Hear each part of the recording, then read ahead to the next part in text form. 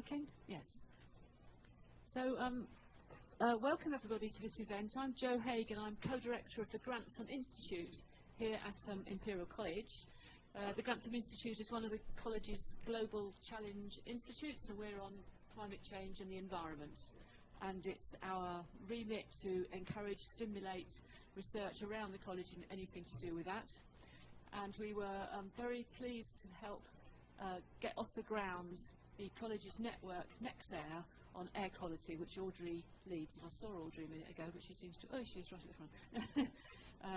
Get going. So this is NExAir's first sort of formal event, I think. I mean, they've done lots of talks and discussions, but this is their first external event. And it's a great pleasure to have our eminent panellists here. But first of all, I should say thank you very much to Hamish and to Rosie, who've actually done an awful lot of work in getting this whole thing off the ground. So without further ado, I just want to introduce our four panellists. First of all, we've got Marc Brauer, who's from the University of British Columbia. He hasn't actually come specially for this event, but he's been in England for about 5 months, but it's great to have him here. And Daniela, Fecht, who's from the Imperial College School of Public Health. Marc Stettler, who's from the Imperial College Transport Unit, is that what you call it, unit? Centre for Transport Studies, sorry, in civil engineering. And finally, Patrick Feehily, who used to be the organiser for the GLA of their environment activities. So a very eminent panel we've got here. They're each going to give you a sort of 5-minute introduction of their particular interests, and after that we will be open to questions from the floor. So without further ado, Mike. Great, thank you. So what I'll do to start is give a perspective on air pollution from a health perspective and with a global spin on it. And then I think increasingly we may sort of get more and more local as we get into questions. So just to really set the stage, what do we know about air pollution and health?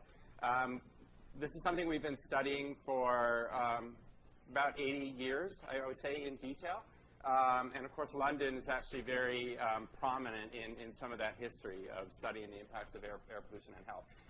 We know quite well now from studies that have been done around the world in hundreds of cities, more than 500 such studies, that on days with worse air quality, more people die.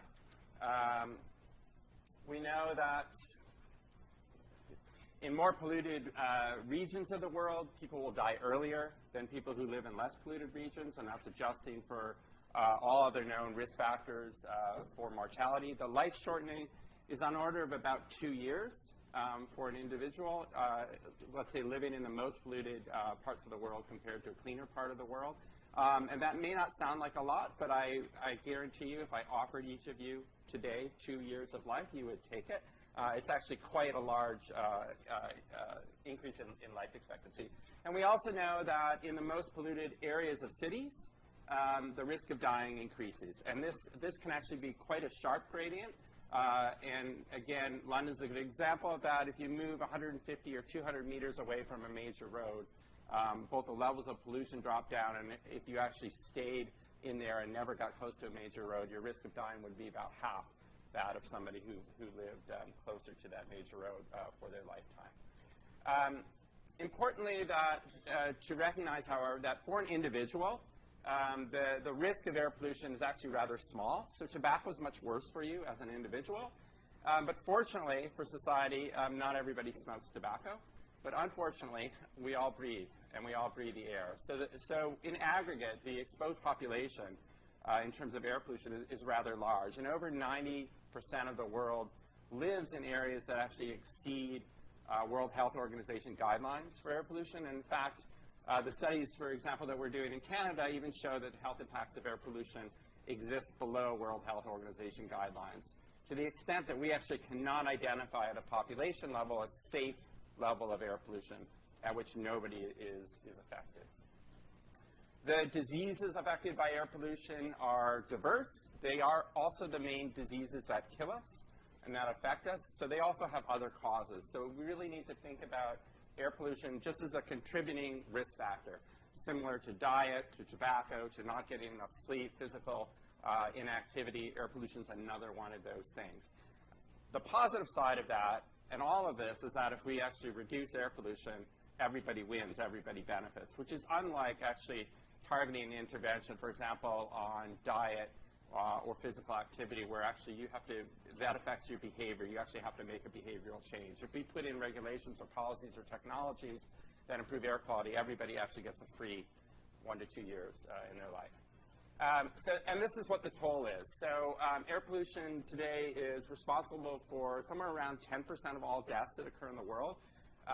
This is data from a large project that I work on a lot, which is called the Global Burden of Disease, and it quantifies diseases around the world and risk factors for those diseases. Air pollution, may surprise you, is the 5th leading cause of death in aggregate in the world. Responsible for some 5 million or so deaths, again, 9% of all the total. And that's different forms of air pollution. So particulate matter, very small particles in the air, about 3 million deaths, 500,000 from ozone, which is a component of photochemical smog, and then about 1.5 million deaths from what we call household air pollution, which is restricted primarily to rural areas of low and middle-income countries, especially low-income countries. So this is actually cooking or heating over an open fire using wood, coal, agricultural waste, or dung, for example. So you may have seen this in your travels. Estimates in a project that we did with the World Bank, $5 trillion per year in welfare costs, so that's related to health, and about 225 billion lost labor income in terms of lost productivity. And again, the UK is not the worst in the world, but a measurable impact. So about 5% of all deaths, 25,000 deaths per year from particulate matter, about a tenth of that from ozone. And again, it also ranks quite highly. And just to sort of wrap up in the 1 minute that I have, thanks. Air pollution has very diverse sources. And when we think about interactions with climate forcing emissions, so related to global warming, many of the sources of air pollution are combustion sources, so actually reducing them, we also get benefits for climate. But there's complexities, and I just want to give you 2 examples of perhaps decisions where climate policy and air quality policy or air quality management has not been aligned. And that's sort of on this side. So I'll talk first about residential cooking. So again, this is that situation, low-income countries cooking over an open fire. And all of the carbon funding, there's been a lot of carbon markets and funding, basically precludes use of any fossil fuels.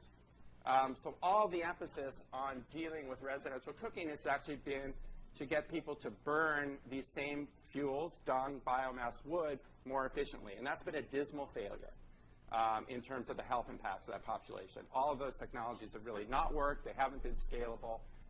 And in fact, in the field, we know that actually people don't use them. What is the solution? Well, the solution for residential cooking is what we do, which is cooking with gas or electricity. So why actually should low-income countries not do what we're doing? But that's been a misalignment of carbon policy with air quality policy. Then the other one is residential heating, and in some cases actually power production, where there was an early trend, and still actually in effect in Europe especially, to use biomass, so wood, as a renewable and quote-unquote greenhouse gas neutral fuel. So the idea is if you burn wood and actually you grow the trees as quickly as you burn it, which isn't true, that it's renewable and greenhouse gas neutral. What's missing also from that, so even if it was neutral, is that burning wood is actually quite a dirty fuel relative to the fuels that we have now. So we see that this is actually in many cities, including London, a growing source of air pollution in our cities. So I'll stop there because I went over my minute probably.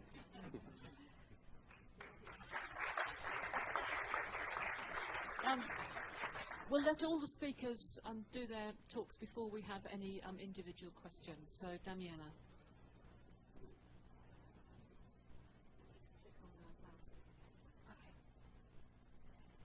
So while Michael gave you a sort of more global view of the overall issue, I'm going to focus more on the UK. Keep clicking.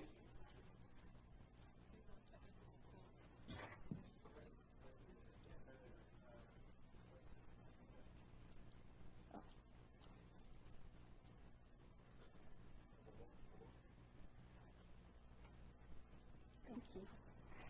So I want to focus more on what we can do in the UK to address this particular issue. And, oh, sorry, that's timed.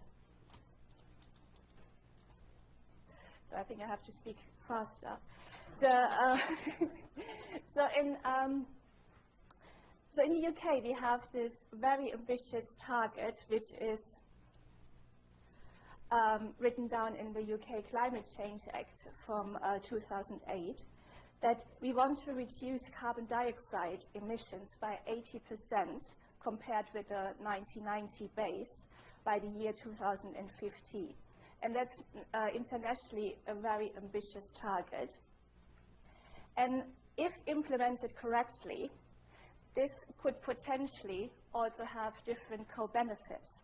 So what that means is other sectors, not just climate change, could potentially benefit from those different strategies that have been taken to reduce CO emissions.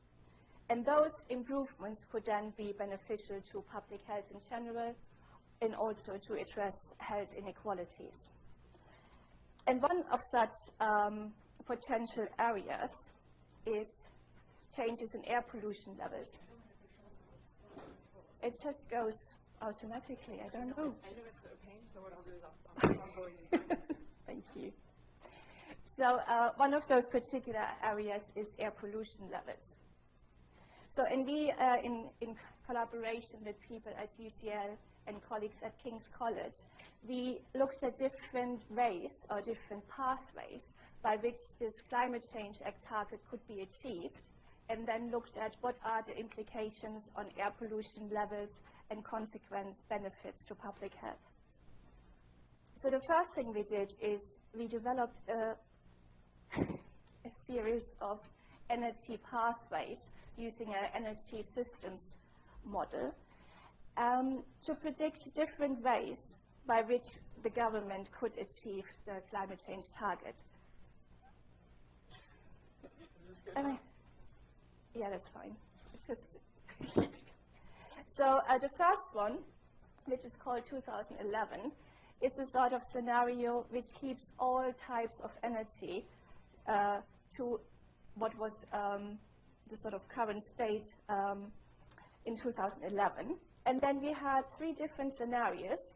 One was a baseline scenario, which does not further improve on policies which are already in place to address climate change. And then we had two other scenarios, one which was low on greenhouse gases, and one which had a restriction on nuclear build, which are scenarios which did meet the climate change target, but as you can see, the sort of little blue bar at the bottom had a very big component of biomass, because as Marc has said before, it's considered a clean source of fuel. But, So what happened if we sort of use those energy scenarios as an input in our air pollution models, is that we did indeed see a very steep drop in pollution levels, both for nitrogen dioxide and fine particulate matter, from the 2011 baseline, which you can see here, all the way forward, model forward to 2050. And that was sort of the case for all the different scenarios. But what happened if we sort of look at some of the particular pollutants, in particular primary particulate matter, which is sort of elemental carbon and organic aerosols, so air pollution derived specifically from combustion, you can see that we actually see an increase, quite a stark increase in 2035, before we then see a reduction again by 2050. That reduction then is not that much different from what we see in 2011. So that means that depending on the pathway we chose to address the Climate Change Act, we see quite stark differences in the concentration patterns that we see, and some of them actually worsen the situation compared to today. And that's also related or transferred in the public health benefit which we see from those different scenarios. So this graph here shows the changes in life years due to anthropogenic PM 2.5. So that's the graph I showed you, or those maps I showed you. And as you can see, there is an increase. So an increase in the life years lost by 2035. And that's particular because of this elemental particles that we've seen before it then sort of drops off, and we actually see a gain in life years. And what's more is that if you look at sort of inequalities, that's the differences in air pollution exposure across different socioeconomic classes. The situation currently is that we see much higher air pollution exposure in more deprived areas, and that pattern stays the same into the future for all the scenarios we modeled. So although the overall levels drop, the spatial structure did not change. So the poorest people are still the most exposed parts of the population under all those different scenarios. And so this study was part of the Lancet Countdown on Health Benefits Climate Change Mitigation Measures. And I think it's very important that, for example, the Commission on Health and Climate Change, they think that tackling climate change could be one of the greatest health opportunities in the 21st century, but only if we get it right.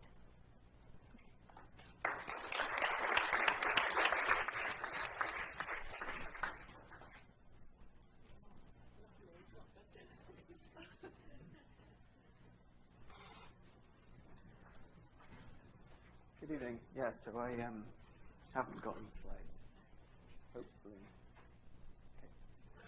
Okay, so I'm from the Centre for Transport Studies, and so I thought I would talk about the transport sector.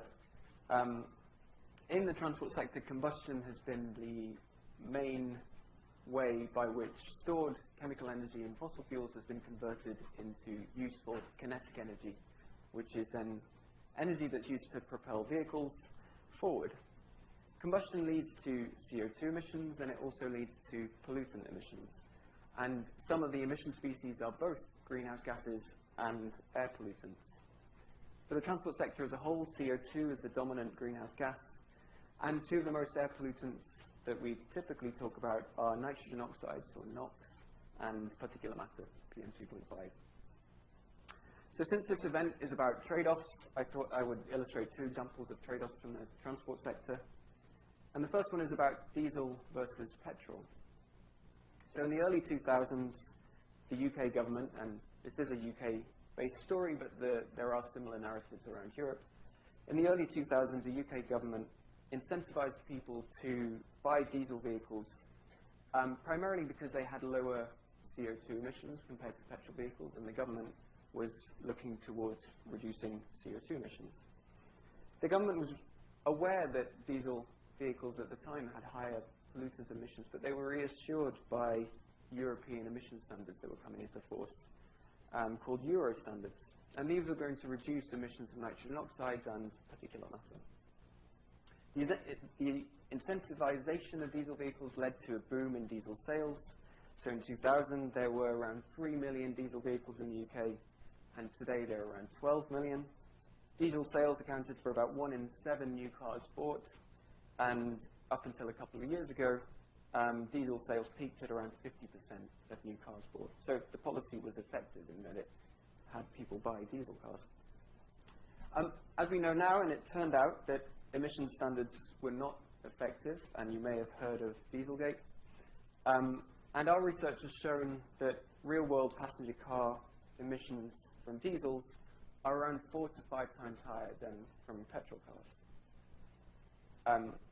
4 to 5 times higher than driving on the road, and they're around 11 times higher than petrol cars in terms of NOx emissions. So in part, this higher NOx emissions from diesel cars was an engineering trade-off.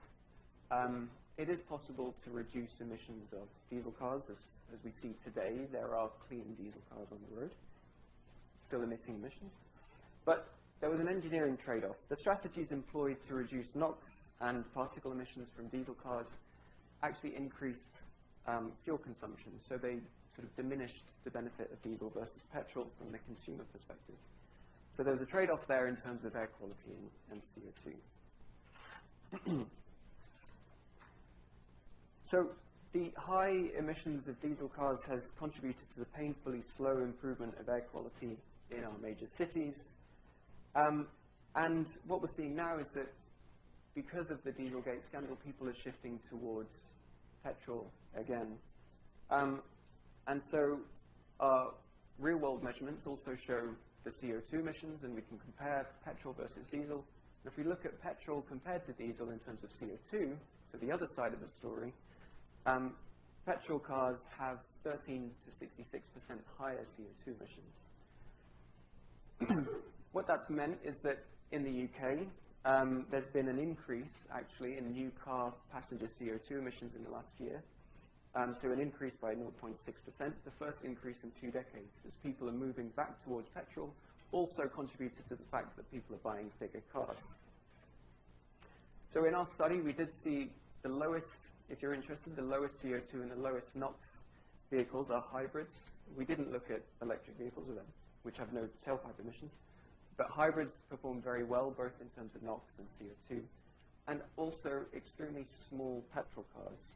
So there's an element of consumer choice and behavior in terms of the vehicles that are purchased and the trade-offs in terms of air quality and CO2. So the second story, which is a little bit shorter, is on the recent shift towards natural gas in heavy-duty trucks. I will summarize because I have 1 minute left.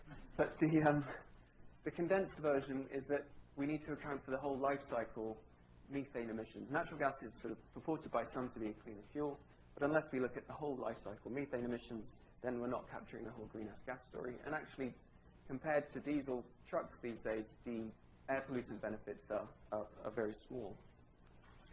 Finally, electrification is held as, well, many people have hopes of electrification in terms of reducing carbon emissions from the transport sector overall, and electric vehicles have no tailpipe emissions, although they still have emissions of brake wear and tyre wear, particulate matter.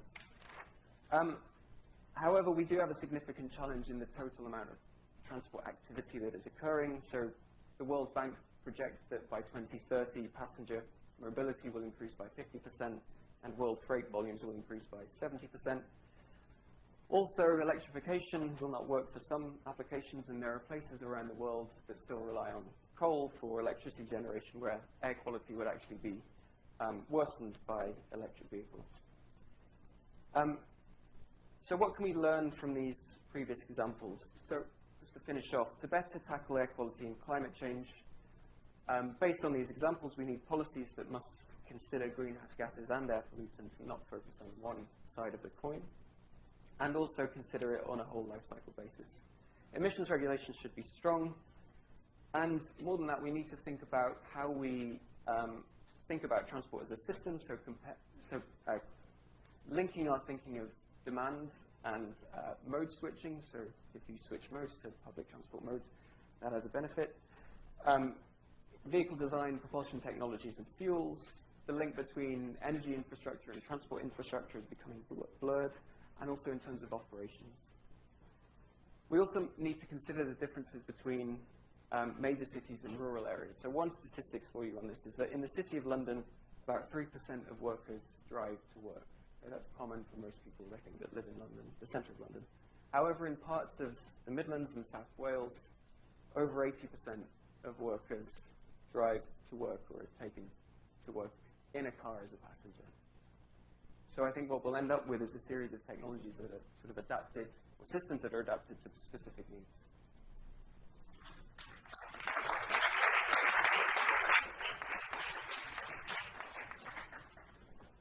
When does the 5 minutes start? Okay, everyone. Good evening. Well done for staying with us. My name is Patrick Feehily, and as you heard, it says here I used to be the former Assistant Director of Environment at City Hall. I am the former Assistant Director. No, these are my notes. It's my fault. I'm not used to doing my own notes. So that meant I had responsibility for heading up the team that was responsible for producing all of the mayor's policy on environment. And I would stress this team point, team as in the team at City Hall, but also all of the stakeholders, academic institutions that have helped us develop that policy, but also the associated delivery.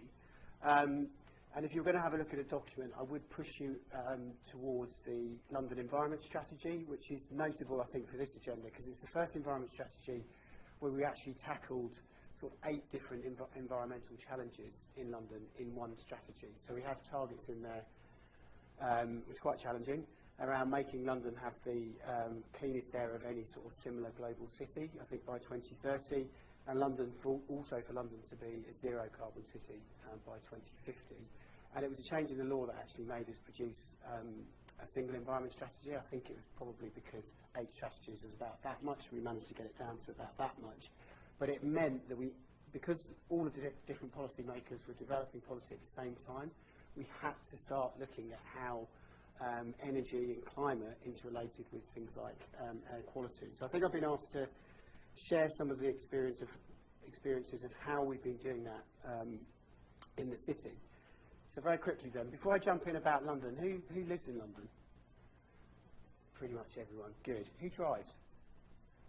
About 3%. Great. So you'll all know that, you're probably very familiar with this, that London's no stranger to poor air quality. So up to about, I think, the 60s, we had the great smogs. Luckily, they've now finished with sort of energy being moved out of the city, predominantly, although it's coming back to a certain extent, but also industry moving out. It's got better. Air quality has got better in the city. Even from transport emissions, it's on the decline, but it's not improving quickly enough. And, you know, we have suffered from those transport emissions. So as we heard about, you know, the increased use of diesel cars, diesel buses, etc., means that we've suffered from increased nitrogen dioxide and also particulate matter.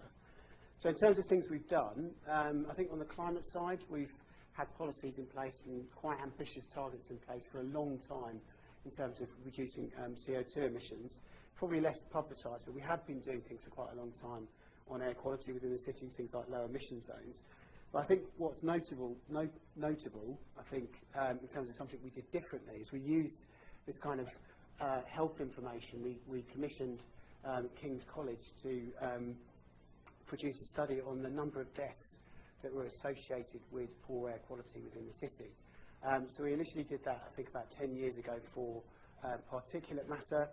More recently, we did it for nitrogen dioxide. It wasn't particularly popular under the previous administration because obviously it was telling us that we had about 9,000 deaths per year, which were brought forward. It's kind of statistical terminology, which were brought forward by poor air quality within the city. And that's really the difference, I think, between when you're tackling climate and energy and you're tackling air quality. You do have this kind of really sort of pressing information which is telling you about the sort of public health issue that you have within the city. We also had some really excellent campaigners within the city who are really sort of putting it in the public eye. We also had the threat of legal action. So I think Client Earth took the UK government to court 3 times and won. So, you know, as a sort of policy maker in a local authority, there's always this threat of fines and legal action against sort of local authorities or national government or regional government, which has driven the air quality agenda. We also did some work to have a look at who's most affected by air quality. And, you know, it's predominantly in central London and along the arterial routes, no surprise. So that means it affects pretty much everyone. But we did find that the most disadvantaged people in London were the most effective. And you overlay that with maps of health inequality, you start seeing that it's, you know, air quality is exacerbating exactly the problems that those communities are already disproportionately suffering from. So you've got a kind of double whammy there. You've got a sort of social justice issue, but you've also got a health inequalities issue. I'm getting there. So in terms of what we've been doing, it's been given much more emphasis by the current mayor. That's probably because of all the sort of campaigning and the health information and this threat of legal action that was out there. So he's brought in the sort of toxicity charge. hopefully you're all aware that the ultra-low emission zone is coming in central London in April. Yes? No? Yeah. As 3% of you drive, I think you can be forgiven for not knowing. But that is a pretty big, that's 24/7 emissions-based charging in central London, and it is going to grow by 2021. We've seen TfL invest about £300 million in cleaning up the bus fleet, getting rid of diesel buses entirely, enabling cleaner buses, and also on the back of that you also have a requirement for zero-emission black cabs. So all new black cabs in London have to be zero-emission capable. Now the point I wanted to emphasise about that is that all drives towards a sort of integrated target of having zero-emission transport within the city as early as 2025, because we don't want to be pushing people towards petrol. We want to be really encouraging the sort of zero-emission technology. So seeing this synergy between tackling climate change and tackling air quality. And both of those roadmaps, that roadmap for achieving zero-emission vehicles is actually key to achieving our climate change transport targets, but also our air quality targets. So lots going on. We know it's having an impact. It's not going fast enough. It's going as fast as we expected it, but it's still not going fast enough in terms of hitting EU limits. We need government to be doing more. We would have been saying that at City Hall, that it's all government's fault, but actually a lot of these problems, particularly around CO2, are national problems. We get so much of our energy from outside London. So I think undoubtedly there are going to be some challenges and some tensions ahead. I think this tension, we don't have biomass in London, thank God, but there are tensions in terms of gas CHP, for example, and as we look to sort of decarbonise our energy and bring our energy back into London, we have to not balance trade-offs with air quality, but we have to absolutely understand what those air quality implications are before we make suggestions about what energy solutions we need in the centre of a city like London. The other thing I just wanted to stress was just to reflect on, in terms of bringing the public with us, there really is this kind of movement around, we felt it at City Hall, around air quality. It's probably down to the campaigning, it's down to the health information, it's down to the social justice issue. But it really has sort of captured the public's attention, it's captured the media's attention in London and probably in other cities. And I think as a climate professional looking at the sort of zero carbon agenda, these kind of phenomena don't come along very often. So I think we have to have a think about, how we can sort of grab hold of that and use that to achieve some of the sort of our zero carbon aspirations. And I just go back to having that target of a sort of zero harmful emission transport within London. It's probably about, it's not about co-benefits, it's actually when you design things, thinking about holistically about all the emissions, so not just low carbon, but also all of those harmful emissions that affect air quality. So that's pretty much it for me. Thank you.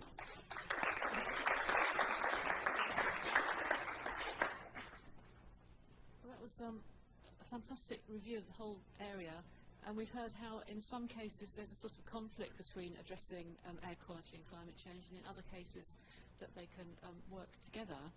And I'd like the panel to perhaps first of all just consider what are the barriers to having a more holistic approach. Patrick's introduced the whole idea of harmful emissions, which is an interesting idea. How does the panel think that we can have a more holistic approach to this whole idea of sort of harmful emissions and energy and air quality more generally? Yeah, I mean, I think our experience is just speaking off the cuff. I mean, you have to be looking at the same things at the same time.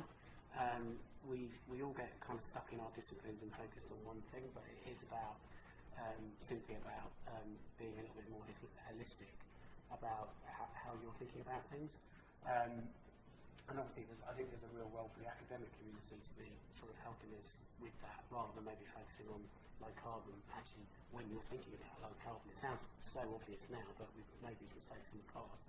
You've got to start thinking about what the impacts are on human health as a whole. You mentioned that the public is getting engaged with the air quality thing. So do you think that the health issue is actually something that's going to drive behaviour change? So I can tackle that from the perspective of countries like China and India, which I would argue they're the ones that really matter in terms of all of this, both air quality and in terms of climate. So actually those gaps I showed you, more than 50% are in China and India from air quality, and we know that those are very large emission sources in terms of global warming.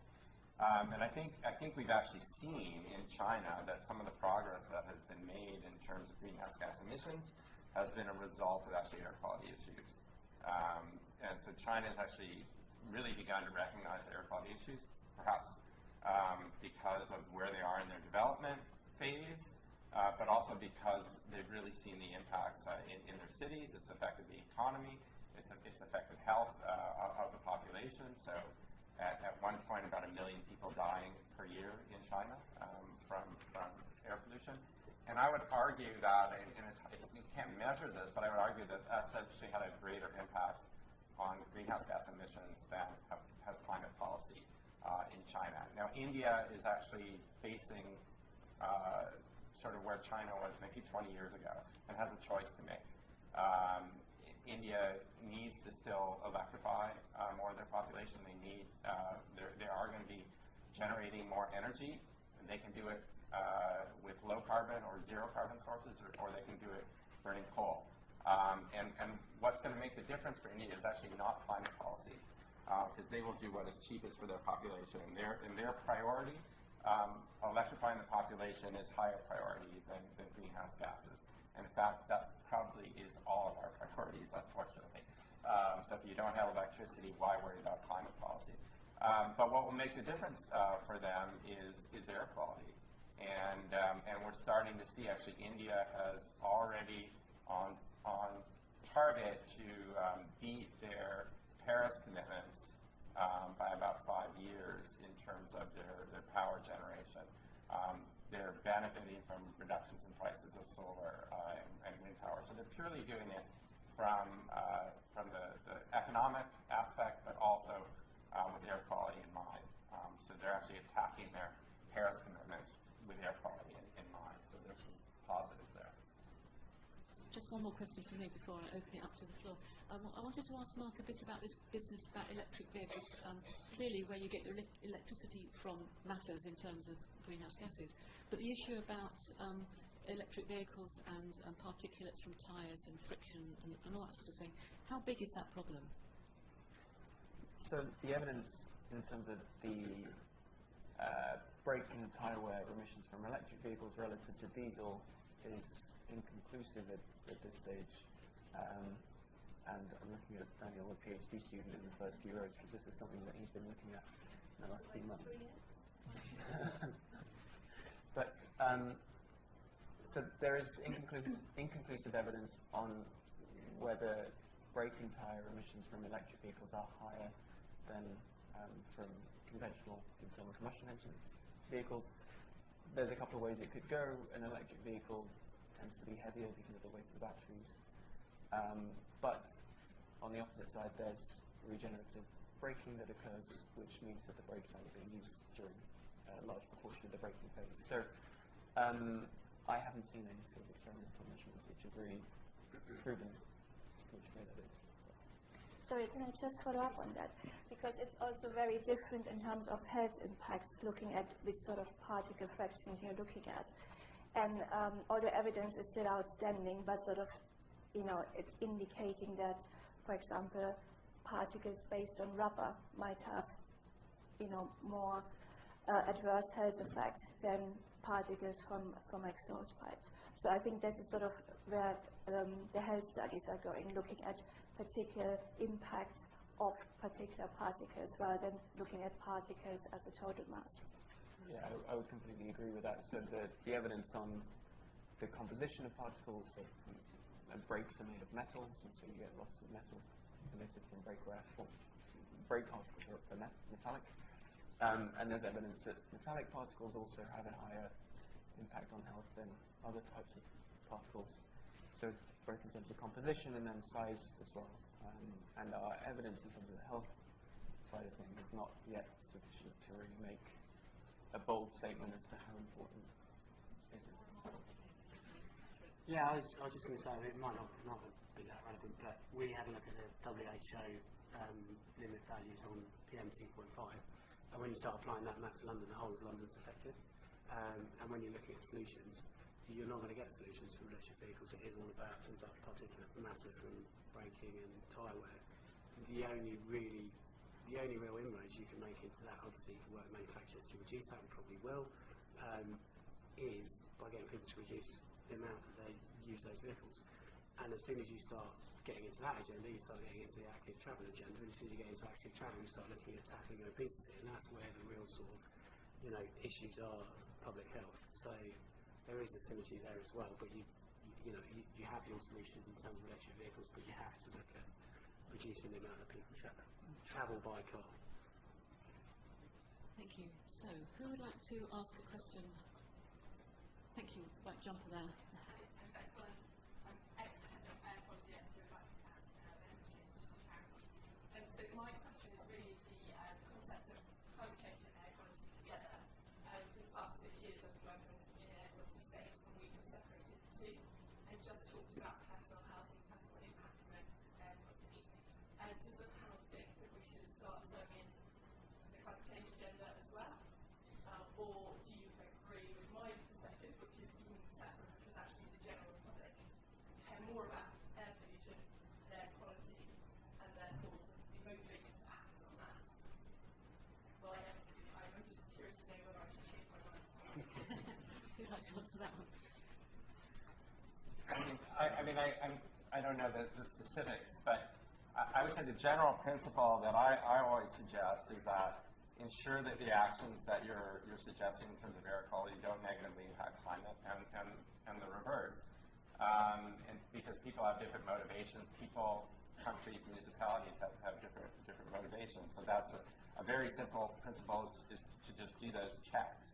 I would say the experience, I think both in terms of climate change and air quality, is that personal behaviors actually matter very little. So I don't think that's actually an effective path to solution. It really has to be systemic changes that perhaps enable big behavioral changes or technical solutions. So I don't think sort of telling people not to drive or to do this or to do that really hasn't proven very effective. I mean, we've known vehicle emissions contribute to air quality for 50 years. People still drive. Just noticing a large number of people sitting on the steps. I wonder if people could sit a shake. It's a terribly badly designed lecture room. Thank you. Sorry to disrupt things.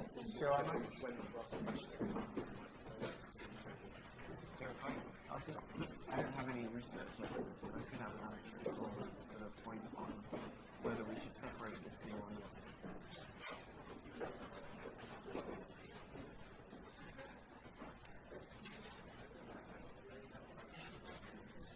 Thanks very much. Sorry for that disruption, but that's much more comfortable.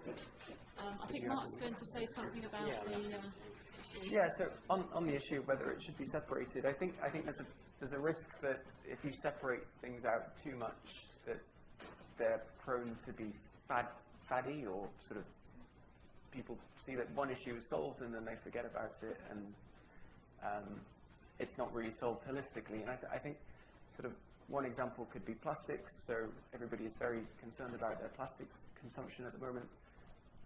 But actually what we should be concerned about is our total environmental impact and our total footprint. And there are sort of ways of calculating your total footprint on the Earth.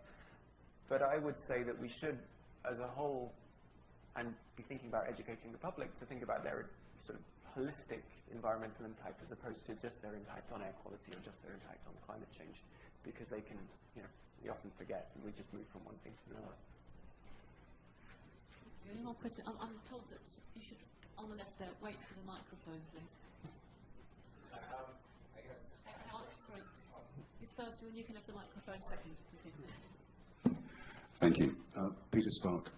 I trained as a scientist. I like measuring things in a repeatable fashion. I'm about to start working with economists who keep telling me about models and forecasting and backcasting and stats.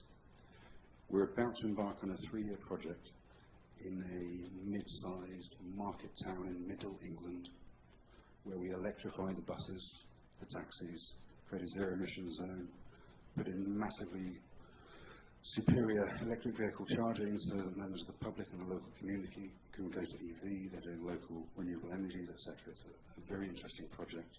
The local authority's priority is local air pollution.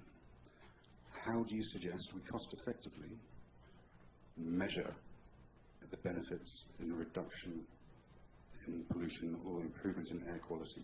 And secondarily, how should we look at the health impacts on the local population and their demography? It's a typical UK town. They have poor people, they have rich people, etc. Thoughts welcome. Daniela, is that a question for you? Well, sort of in terms of how do you measure it, I think it's sort of the classical way of how you would sort of evaluate policy implementation. So the first thing you have to make sure, and that's unfortunately something which is not always happening, is that you get good baseline data. So you have to have good understanding what the situation is before you start, because only then can you sort of, measure, not just model, but actually measure changes. And I think this is true both for air quality, which you can just sort of put up monitors in strategic positions, or also for health impacts. And that could either be population-based, where you look at something like admissions to hospital, for example, for a certain disease.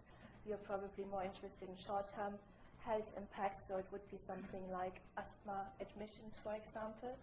Or you could even go a step further if you would have funding and set up a sort of cohort study where you would even take sort of samples of people, blood samples, look at particular markers in blood for certain diseases and then see how that changes. I think as a consultant here that you might like to employ. Just on the measuring aspect, for NO2 diffusion tubes are often the cheapest way and so most cost-effective way that you can do it.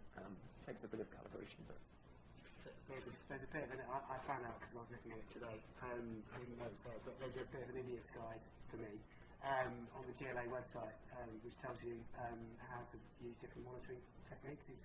It's because we kept getting asked, should people be wearing this monitoring thing on their collar or lapel? And we didn't know, so we commissioned some work just to put some guidance out there. I think these guys can probably tell me if I'm wrong, but I think you can actually work out for a given reduction in certain pollutants like NO2 and particulates, what that means in terms of health benefits. I think there's a ready reckoner which is out there as well, so that would be a quick and dirty way of doing it, but then you could. I just add that that's the hypothetical, and very important, when you do any evaluation to actually see what happens in the real world. So there's many stories of sort of unintended consequences. So how will people, and probably worth considering when you implement this program or design it, what those unintended consequences might be. How will people react to it?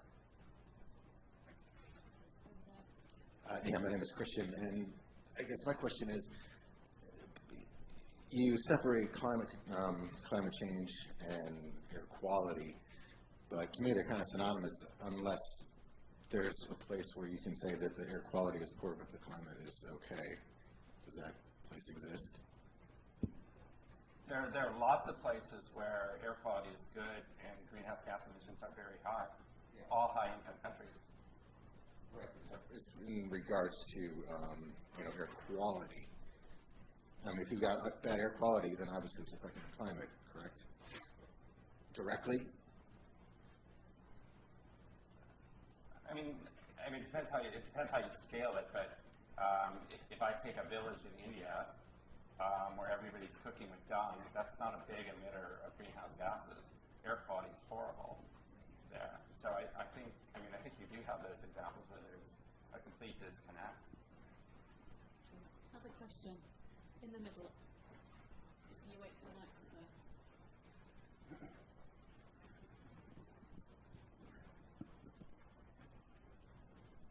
Thank you very much, and congratulations on putting together such a great panel today.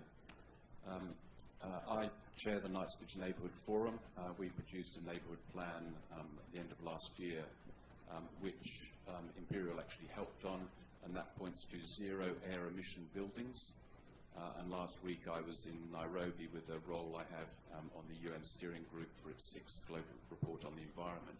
And I think it's very important that we have a unifying theory of talking about zero air emissions, because one of the problems when people talk about climate change is they mean a whole range of things, from weather through to carbon dioxide to non-carbon gases like ozone, carbon neutral, offsetting, all sorts of things which really conflate the issue when we talk about climate. So a number of the panelists, I would fully support what they've said about focusing on zero air emissions at point of use, but also at point of generation or over the life cycle.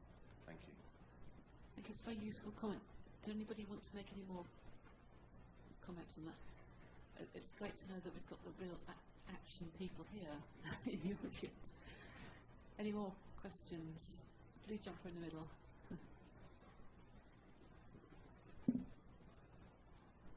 James Hughes, I work independently, but represent the St John's Wood Society on air quality. I'm interested in one of the elephants in the room, which is, of course, the growth. Daniela talked about World Bank estimates, huge expansion, but this is surely completely ignoring climate change targets. Fines, UK government's not going to bother to pay them. It's just pay them itself. Our carbon budgets have been missed. I'd love to see more research going into how we can reduce consumption of fuel, less driving, whether it should be price, I don't know. Carbon taxes at source, don't know. And when one comes to talk about biomass, I certainly agree that it is not an appropriate alternative to coal or gas or anything. But I'd like to point out that Drax PLC, of which I'm a strategic shareholder, pays rather a lot of money to Imperial College to do research, and it uses your name on its propaganda. I'd very much like that to stop. Thank you.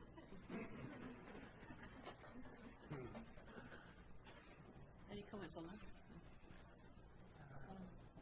Well, I mean, I think just going back to the point on reducing demand. I mean, it's not easy, and people do not react very well to being, told not to do something. So I don't have a sort of silver bullet for that. But I think, if we can make the alternatives of doing less more attractive and aspirational, then people, I think, generally react better to that. Obviously backed up by sort of legislation and targets and potentially fines and that kind of thing. But given the right argument, I do have faith that people might make the right decisions. I'll just give you an example. So where I come from in British Columbia, we've had a carbon tax for probably 10 years now, and it was implemented. It was implemented by, I would say, a more conservative government, and it was designed to be revenue neutral for the government, which I think was very important. So what happened was that every citizen got a check in the mail when the tax was implemented, regardless of actually what you used. So people actually, in fact, my kids got checks in the mail. They got a $400 check without actually, doing anything. So nobody actually complains about it anymore. And whether it's been effective or not is unclear, because it's very complicated with economic growth. But most economists would say a carbon tax is the way to go, and doing it in this revenue neutral way, you won't have the sort of situation that you have in France, for example, with the public backlash, that this is just a way for the government to take money.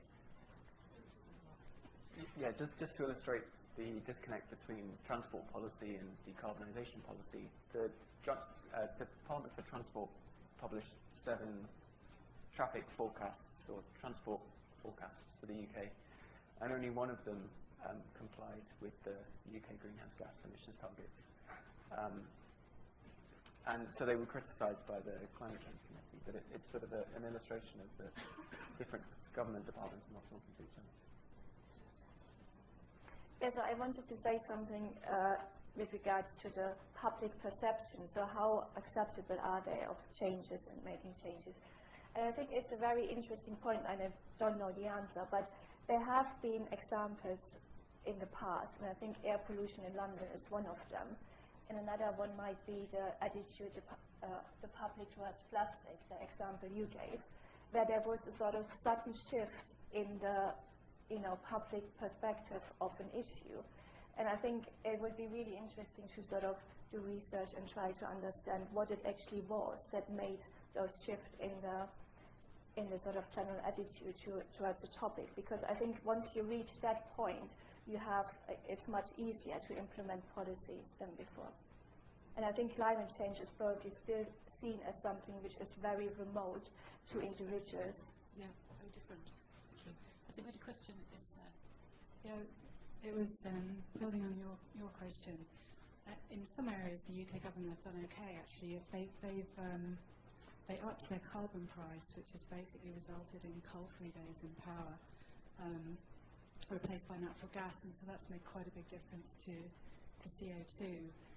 And if I elaborate that question to the panel, I mean, I think pricing of carbon and pricing of things can be effective to make change. And so have you ever looked at pricing of air quality? Because it does have a bad effect on economies and costs.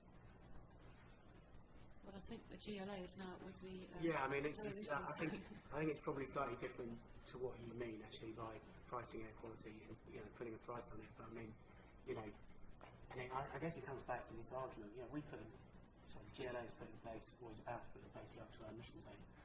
It put in place the toxicity charge relatively easily, and the public didn't, throw its arms up. I mean, it probably comes back to this point as well, that not that many people drive into London, but a lot of businesses do, and a lot of businesses will be affected by the ultra emission zone, and a lot of them have bought diesel vehicles in good faith. But the argument, well, we'll wait and see until April, but I think the argument has been made, and I think it's probably this point about health implications. I think versus climate change, it's also it doesn't feel that distant. It's very real. So I think once you've made that sort of compelling case and you've demonstrated that it is good for public health, then I think you can start introducing charging. So the idea about climate-related financial disclosures, where all businesses will have to tell their shareholders what their risks are into the future of their carbon emissions. Perhaps there could be a parallel to what are their effects on air quality. I don't know. Sure. So DEFRA do publish some damage cost estimates on emissions of NOx and PM2.5, and they vary depending on where the emissions are, the source of the emissions, and where in the country that occurs. So in central London they're higher because they're closer to populations, whereas in rural areas the damage cost would be lower. So those are available.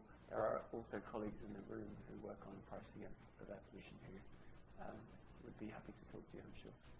And a little bit sort of, again, different spin to this. So the U.S. government's required for every federal regulation to do a cost-benefit assessment.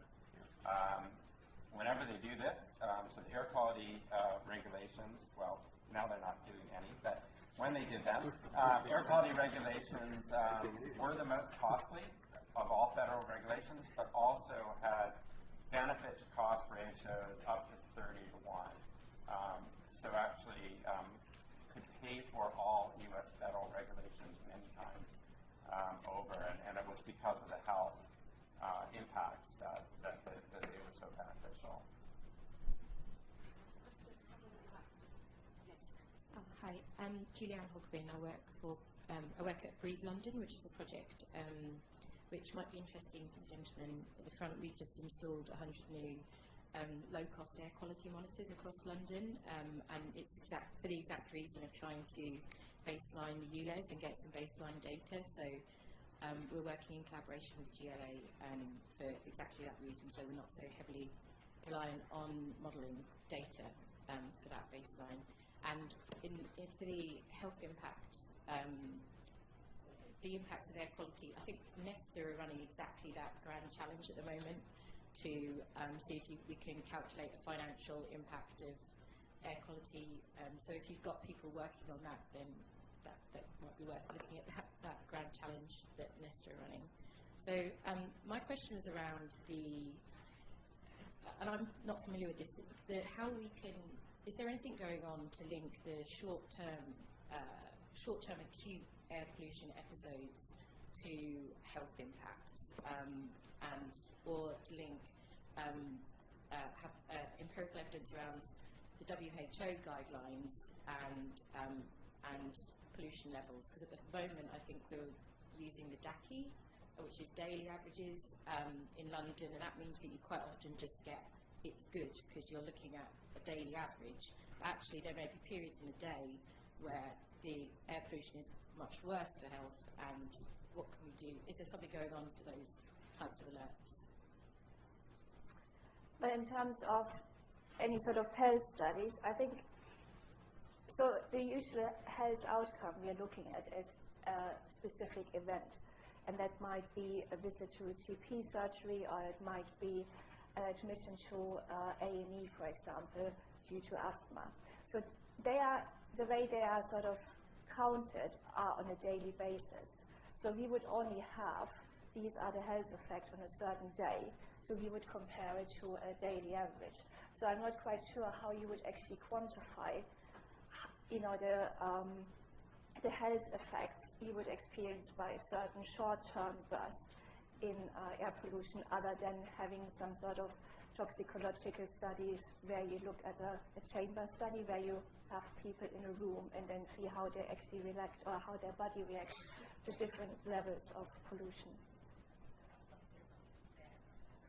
Those studies are there, yeah, but they're sort of in a laboratory setting, not in real life. And small studies that have been done in real life, but they're very, very targeted. So there's a classic study actually done here, having people walk through Oxford Street, comparing to walk through Haigh Park, and you can clearly see over an hour or two that you can see changes in some clinical indicators. And these kinds of studies have been done all over the world on these very short-term things, but they're very targeted, a small group of people that you can study. I think I'd agree with that. I think there are studies out there and looking at specific sources of pollution, certainly in London. But also we know where a lot of those spikes of poor air quality happen. So the average information that we have and the health statistics we have are broken down by borough. So, for example, we know that the high streets, for example, that are difficult, and that's where we've introduced things like low emission bus zones. So you can probably deduce from, it's pretty, I don't know how statistically accurate it would be at that level. I doubt it would be, but you can probably get a good idea of the proportion of people who are affected in those areas by those spikes of air quality. Of course, the challenge there is also to know where people are at a certain time when they are exposed, because many of the health data we got is sort of, it is registered via their place of residence, but that's obviously not where, or it's not likely that the highest exposure occurs, which would more be during travel and outdoors. And yeah, just to add, the Committee on Medical Effects of Air Pollution published a review on the mechanisms by which air pollution affects cardiovascular disease, which includes a section on short-term effects. So that's online. Time for perhaps one or two more. Yes. I just wanted to follow up on Marc's anecdote of the engineering trade-off of diesel cars. Something that you mentioned, it was a cost thing, that it was a conscious decision to choose more polluting diesel cars. Then does that, if you could elaborate a little bit on that, and then does that imply a technical solution to diesel cars that could be low emissions, carbon emissions, but also low polluting technology? Yeah, so it goes back to Dieselgate, the story of VW, but it wasn't just VW that were behaving in that way, and VW got caught and they were found to be doing something illegal, whereas other car companies were doing something similar which wasn't illegal. But what they were doing was switching off the emissions control technology when the vehicle was on the road.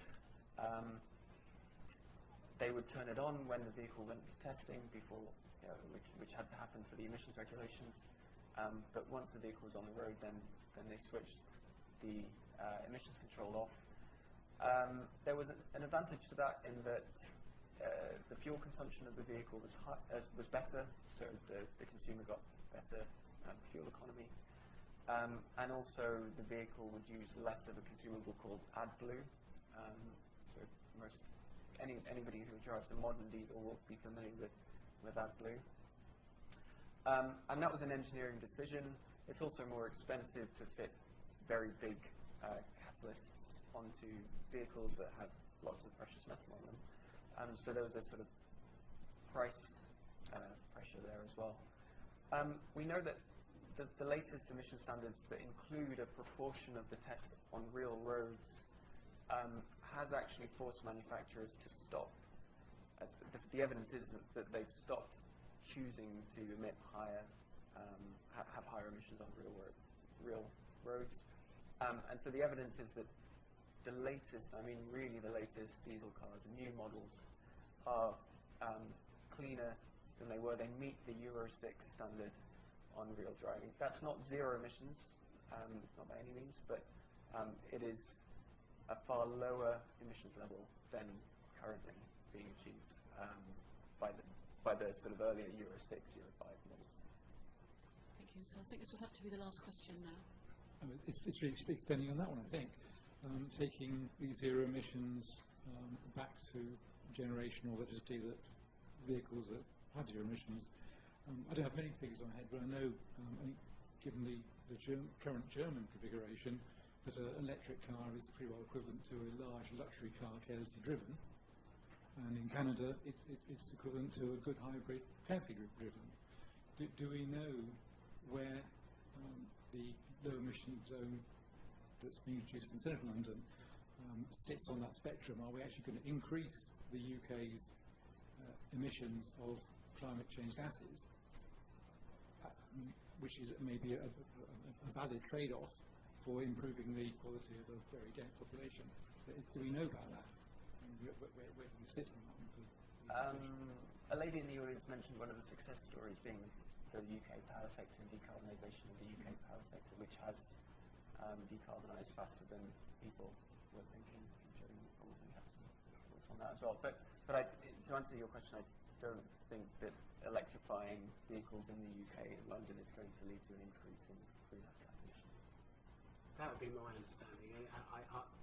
My understanding is that actually the CO2 performance is better than your petrol and diesel vehicles, and it's better in terms of, obviously, a lot better in terms of the actual air quality implications of that. Not just based on the carbon in the actual grid. Obviously, the more we decarbonise the grid, obviously that gets better, and we have the potential to use renewable energy to actually charge those vehicles. We also have the potential to actually utilise local renewable energy in the city, solar PV, etc., battery storage or whatever, to actually charge your car and do that within the city. I'm sorry to have to bring this discussion to an end, but we're out of time now. We will be having